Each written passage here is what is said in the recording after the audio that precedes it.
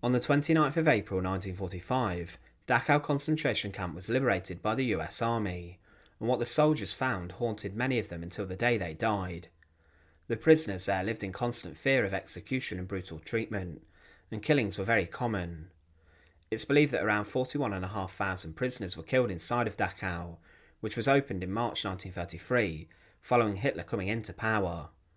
But Dachau was a site of great terror, with standing cells holding prisoners in tight conditions, and floggings and hangings taking place daily in front of the prisoners. But after liberation, a number of the former guards of Dachau were executed by US forces, who in reprisal shot dead many former guards. But there were trials that took place to bring the perpetrators of crimes at Dachau to justice, and one of the men who stood trial was Martin Gottfried Weiss, the Commandant of Dachau. For his crimes he was sentenced to death and was later executed. Join us today as we look at the justified execution of Martin Gottfried Weiss, the Commandant of Dachau. Remember to support our channel. Please make sure to subscribe. Martin Gottfried Weiss was born in Bavaria in June 1905 and was raised as a Catholic. After he completed school, he attended a mechanical engineering school, and then in 1924 worked as an intern in the ironworks industry. Following this, he then worked for an electric company, but in the summer of 1926 he joined the Nazi Party and was considered one of the earlier members. Whilst being part of the party, he established a local group of the SA and also the Hitler Youth, with two of his friends in the area of Weiden. Whilst working inside of this, he also studied electrical engineering, then became an assistant at a school until April 1932 when he was let go. He then, following this, joined the SS. He served from April 1933 in the SS as a guard of Dachau Concentration Camp, following the prisoner numbers growing after its opening. Dachau was considered a prototype for other German concentration camps, and the complex became very large, and at the entrance gate, the infamous phrase of Arbeit macht frei was displayed. It was a camp that was the longest in its operation, and it lasted almost all 12 years of the Nazi regime. Prisoners here were mainly German prisoners to begin with, who were held for political reasons, possibly being enemies of the Nazis. As time went on, more people were transported to Dachau, and over 188,000 people passed through the barbed wire fences. The SS were placed in charge of overseeing the camp, and Weiss would have worked doing this. The prisoners of Dachau were to serve as a forced labour force for a munitions factory to begin with, but then they were used to expand the camp. The camp included an admin building, roll call square, bunkers, barracks, and a savage punishment block, which was known for immense brutality. When the SS staff arrived, they were told that, "Comrades of the SS, you all know what the Führer has called us to do. We have not come here for human encounters with those pigs in there.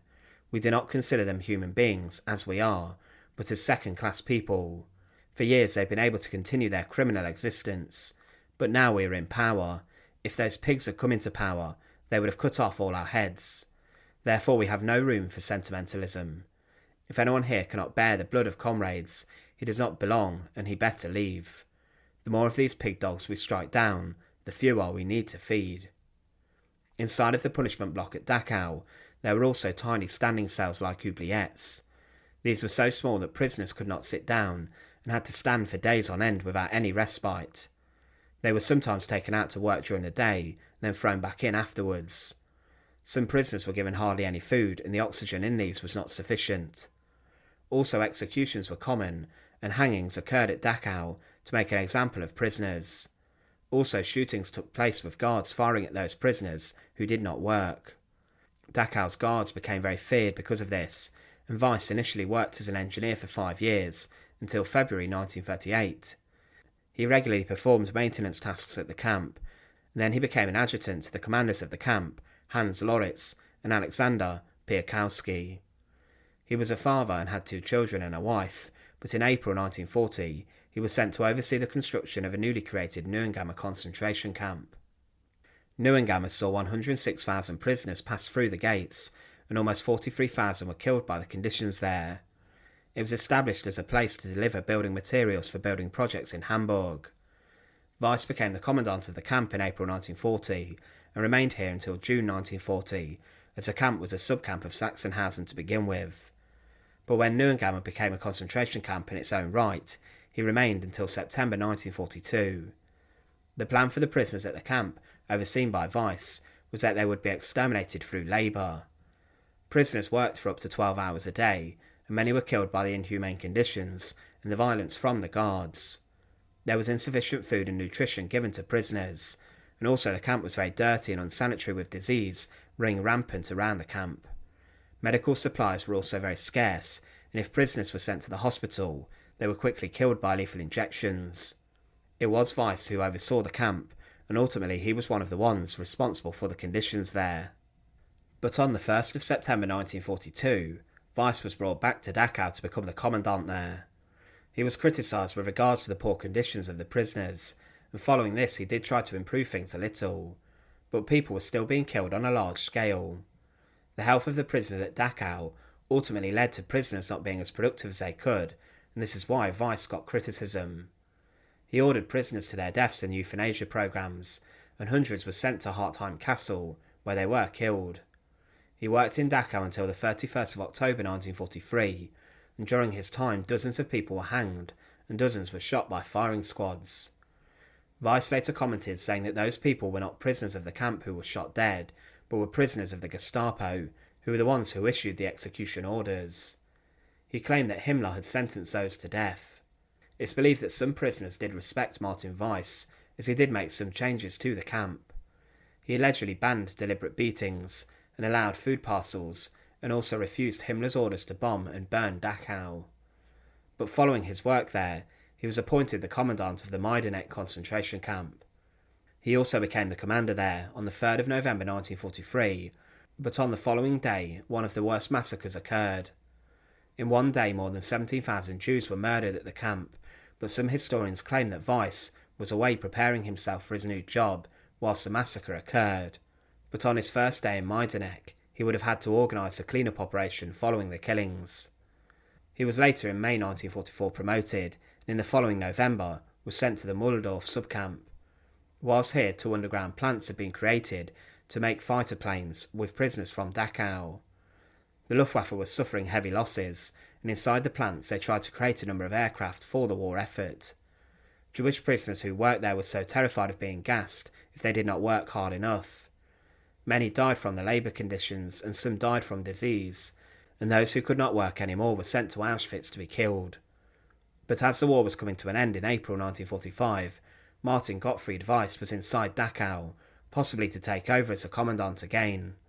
He was there when discussions took place to have the camp passed over to the Americans, but Weiss then went on the run.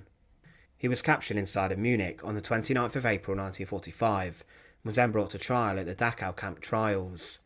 The trials were held at Dachau itself, and 40 people were charged with war crimes in connection with working at Dachau. The trial took place from the 15th of November to the 13th of December 1945, and the trial ended with 40 convictions, including 28 death sentences and executions that were carried out. The official name of the case was the United States of America versus Martin Gottfried Weiss et al.